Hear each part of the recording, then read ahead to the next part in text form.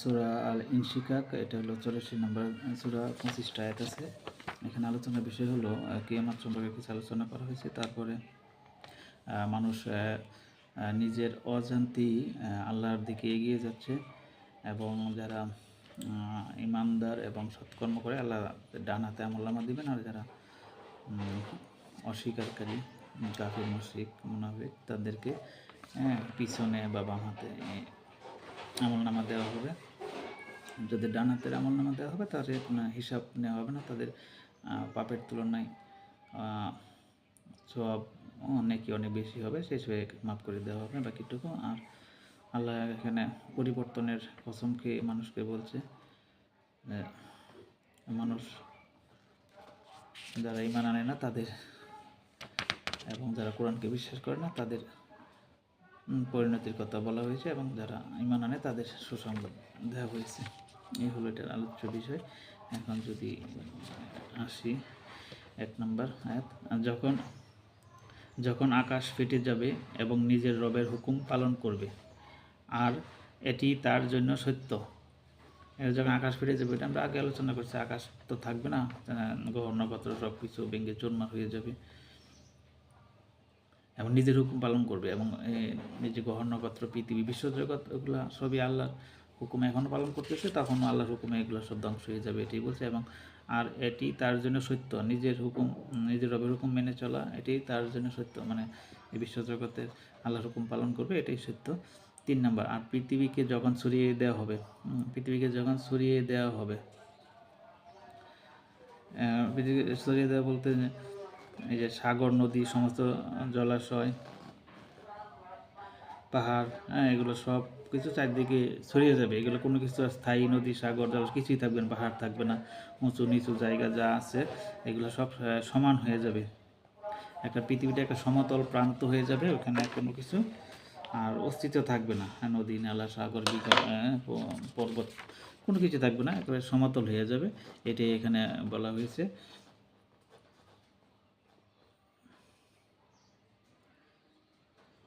তারপর যা কিছু তার মধ্যে আছে তা বাইরে নিক্ষেপ করে সে খালি হয়ে যাবে। পৃথিবীর ভিতরে মানুষ, মৃত মানুষ ছিল, যারা তাদেরকে ভিতর থেকে বের করে দেওয়া হবে। এটা এখানে বলা হয়েছে যে মানুষ তো কবর দেওয়া হতো বা মাটিতে মিশে যেত, এগুলো বাইরে বেরিয়ে যাবে, কোনো কিছুই মাটির ভিতরে আর থাকবে না। তারপরে নিজের রবের হুকুম পালন করবে, এবং পৃথিবী মাটি নিজের রবের হুকুম পালন করবে, এটি তার জন্য সত্য হয়।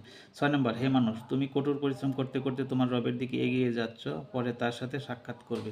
মানুষ কঠোর পরিশ্রম করতে, মানুষ পৃথিবীতে বিভিন্ন পথ অবলম্বন করতেছে, ভালো পথ, খারাপ পথ, কষ্ট করে বা বৈধ অবৈধ বিভিন্নভাবে মানুষ তার পরিণতির দিকে যাচ্ছে, মানে আল্লাহর দিকে যাচ্ছে। যেমন শিশু, তারপরে কৈশোর, যৌবন, বৃদ্ধ, এই সময়গুলোতে মানুষ বিভিন্নভাবে এক একজন এক একভাবে উন্নতি অবনতি, মানে সামনে এগিয়ে যাচ্ছে, মানে আল্লাহর কাছেই সে যাইতেছে, এটাই বলছে। এবং এক সময় আল্লাহর সাথে সাক্ষাৎ হবে। সাক্ষাৎ বলতে এখানে জান্নাতীরাও সাক্ষাৎ হবে, জাহান্নামের সাক্ষাৎ হবে, যেহেতু একা একা সবাই কাছ থেকে আল্লাহ হিসাব নিকাশ নিবে, সেই হিসাবে সবাই আল্লাহর কাছেই যাইতেছে, এবং সেখানে আল্লাহর সাথে সাক্ষাৎ হবে। 7 নম্বর, তারপর তার আমলনামা তার ডান হাতে দেওয়া হয়েছে, তারপর যার আমলনামা তার ডান হাতে দেওয়া হয়েছে তার কাছ থেকে হালকা হিসেব নেওয়া হবে, এবং সে হাসি মুখে নিজের লোকজনের কাছে ফিরে যাবে। এখানে বলছে ডান হাতে যাতে তার হিসাব হালকা নেওয়া হবে, মানে তাদের পাপ কম থাকবে, তো সওয়াব নেকি বেশি থাকবে, যার কারণে ওই পাপগুলো মাফ করে দেওয়া হবে। ছোটোখাটো অনেক পাপ, মানে পাপের বোঝা যেহেতু কম, মানে পাল্লা দিয়ে মাপে করা হবে যে কোনটা বাড়ি, সেই হিসেবে তার ডান হাতে দেওয়া হবে, এবং তাদের পরিবার পরিজনের কাছে যাইতে পারবে, যারা দুনিয়াতে পরিবার, যে পরিবার ছিল সেই পরিবারের কাছে যাইতে পারবে যদি তারাও জান্নাতি হয়। আর যার আমলনামা পিছন দিকে দেওয়া হবে, এটা এখানে পিছন দিকে দেওয়া হবে, আবার অন্য জায়গায় বলে তো হয়, বলা হয়েছে যে তাদেরকে কি বলে পিছন থেকে দেওয়া হবে, এই বাম দিকে দেওয়া হবে। এটা বাম বলতে বাম হাতে দেওয়া হবে, পরে এখানে পিছন দিকে দেওয়া হবে, মানে তারা একটু চালাকি করে বা ইয়ে করে লজ্জা শরমে সে হাত পিছনে নিয়ে যাবে, সেই হিসেবে এখানে পিছন দিকে বলা হয়েছে দেওয়া হবে।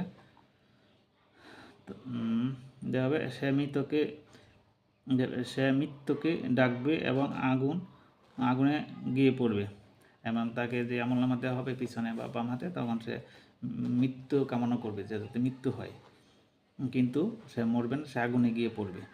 সে নিজের পরিবারের লোকদের জন্য ডুবেছিল, মানে সে পরিবারের লোকের সুখ শান্তি দেওয়ার জন্য অবৈধ ইনকাম করতো, বিভিন্ন ধরনের হালাল ইনকাম করতো পরিবারের লোকদের জন্য।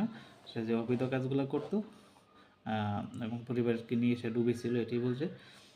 তারপর 14, সে মনে করেছিল তাকে কখনো ফিরতে হবে না, না ফিরে সে পারত কেমন করে, তার রব তার কার্যকলাপ দেখছিলেন। এই যে মানুষ পরকালের কথা ভুলে গিয়ে নিজের মতো করে দুনিয়াবি কাজে ব্যস্ত হয়ে পড়ে, পরকালকে ভুলে যায়। আল্লাহ কিন্তু এগুলো দেখছে, এবং আল্লাহ যদি এই সমতা বজায় না রাখে, ইনসাফ সমতার বৈশিষ্ট্য হলো যে ভালো কাজ করবে তাকে পুরস্কৃত করতে হবে, খারাপ যে করবে তার শাস্তি দিতে হবে। এই জন্যই এটা এখানে বলছে যে তার রব তার কার্যকলাপ দেখছিলেন, না ফিরে সে পারত কেমন করে। মানে আল্লাহ দুইটারই পুরস্কার দিবেন, আর যদি না দেয় তাহলে এটা ইনসাফ হবে না। 16 নম্বর, কাজী না, আমি কসম খাচ্ছি আকাশের লাল আবার ও রাতের এবং তাতে যা কিছু সমাবেশ ঘটে তার, আর চাঁদের যখন তা পূর্ণরূপ লাভ করে, তোমাদের অবশ্যই স্তরে স্তরে এক অবস্থা থেকে আর এক অবস্থার দিকে এগিয়ে যেতে হবে। এখানে আল্লাহ পরিবর্তনের শপথ খাইছে, যেমন বিকালে পর থেকে যখন লাল আভা হয় ইয়ার সময় সন্ধ্যার দিকে, সেটার পরে অন্ধকার হয়, গভীর অন্ধকার হয়, তারপর সকাল হয়, তারপর দিনের আলো হয়। এই যে পরিবর্তন, এই পরিবর্তনের সাথে কসমকেই বলছে তোমাদের মানুষেরও পরিবর্তন হচ্ছে, যেমন শিশু, তারপরে কৈশোর, যৌবন, বৃদ্ধ, তারপর মৃত্যুর পরে বার্ধক্য, কিয়ামতের আগে যে অবস্থান, তারপর পুনরুত্থান, তারপরে হিসাব, তারপরে জান্নাত বা জাহান্নাম। এই পরিবর্তনের দিকে মানুষ এগিয়ে যাচ্ছে, এটি বলছে।